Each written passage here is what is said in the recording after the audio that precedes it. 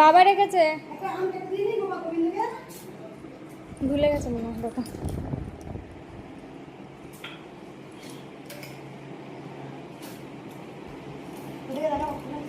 হুম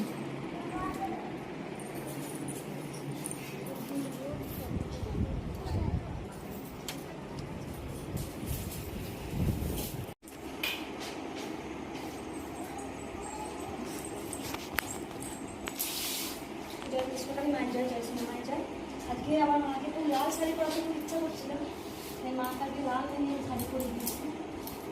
রাধে রাধে, একবার শুনে ইনভার করে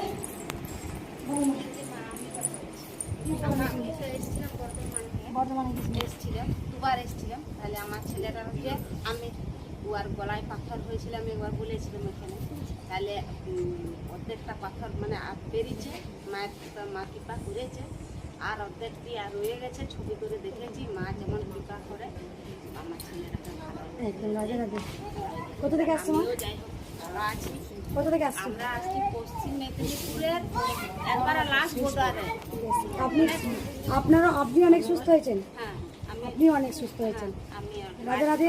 ছেলের গলায় স্টোন হয়েছিল, মায়ের কাছে মানসিক করেছিল মা আমার ছেলে যেন স্টোন বার করে দেয়। অর্ধেকটা মা বার করে দিয়েছে, অর্ধেকটা আছে। এটাও মা কৃপা করছেন, অবশ্যই বার করে দেবেন। বেশ ঠিক আছে। আর কারো কোথায় শুনবো? বসুন। হ্যাঁ শুনবো। আমি হচ্ছে কথা বলতে পারতাম না, 9% করেছিলাম, দিয়ে কথা বলতেই পারি, ঘরে বসে নাম জপ করে হয়েছে। এই প্রথম এসেছি বম্বে ক্যান্সার রোগী, থাইরয়েড ক্যান্সার।